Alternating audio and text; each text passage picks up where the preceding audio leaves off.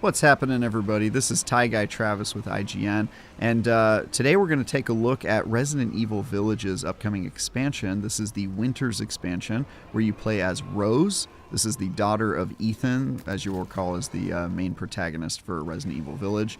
And as you can see here, she's running away from a lot of stuff. There's creepy, goop, sinewy zombie-type creatures, and there's also this purple ooze that flies out everywhere like it's coming from the mind of R.L. Stine himself. If this is a little surreal to you, it's not typical Resident Evil physics. It is, in fact, intentionally kind of dreamlike because it takes place, this expansion takes place in somewhere called the Realm of Consciousness. Not really sure what that means, but it means that you shouldn't take everything you see here at face value. I don't think it's happening literally. And right here you're seeing that Rose is getting instructions from her companion, who is an invisible force that guides her with words and sometimes gives her items. And right there, she's gotten her first gun, which will be useful since she's going to be shooting at lots of creepy flesh zombie creatures, as you can see here. Exhibit A.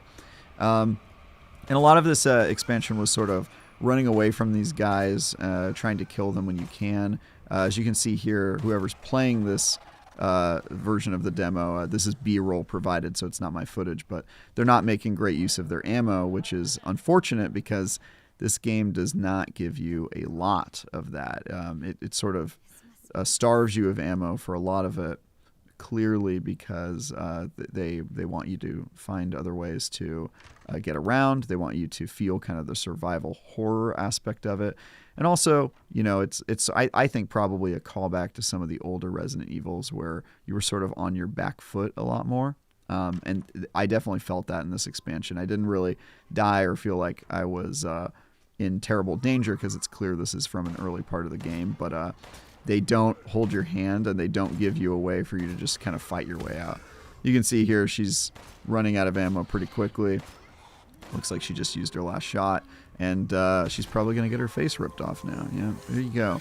So, yeah, this is something that happens. Like I said, you shouldn't take everything that's happening here literally. But when you get attacked by zombies, you kind of get your soul ripped out, or you get turned into mozzarella cheese. Not really clear what's going on, but it's pretty creepy stuff. And now she's sort of on her way. So what you're doing in this expansion is you're trying to get rid of your powers. You're looking for some sort of item that can help you that. It's unclear what it is. And she's fighting her way through these hallways to gain abilities that can help her navigate the mansion. So you do get superpowers in this game, which is pretty interesting. And the first one helps you deal with these flowers that you see everywhere and the purple ooze that's kind of blocking your path and can kill you if you step in it. And so yeah, that's objective A, is to get rid of this stuff. And so she needs to get some powers. In the meantime, though, they do some interesting stuff. They make you solve puzzles to navigate the room without destroying the goo, which is you know, kind of reminiscent of older Resident Evils where you're kind of solving puzzles throughout a mansion, which is a nice callback. You can see here she's going to use this ladder as a bridge. Good old ladders as bridge. Not anything I've had to do in real life, but in games it seems pretty often you have to use ladders as a bridge. And I think right here she just got her first ability, so we're going to get to see her use it in action to help clear out areas, which is nice. Yeah, so there where you see the goop attached to the flower, you can simply just point at it once you get your ability, and then it turns to ash. This, of course, gives you access to items. You can pick up items if they're inside it, which it looks like that was an empty vase, unfortunately. But a lot of times they have items in them. And you can also use them to do stuff like this. You know, you're in a room that you can't navigate. You can just destroy the flower, and the vine goes away, and all the goop goes away as well. Turns into ash, and makes the room a lot safer to walk around in. Oh, so this is interesting. You can see a creepy thing behind the window there. During this demo, I was chased around by a giant, presumably unkillable creature that there's no way you could have enough ammo to actually kill. They're not going to show it in this B-roll, and I'm not allowed to talk about the nature of it, but if you miss getting chased around by unkillable things like Resident Evil 2 or even parts of Resident Evil 8, now that I think about it, this game has that. So you can be happy fearing for your life in this game as well. now she's got her first power. It's going to give her access to areas that you wouldn't normally have access to earlier on in the game. As you can see, she's back in this room, and she's going to use her ability to gain access to the upstairs, which has some interesting stuff in it.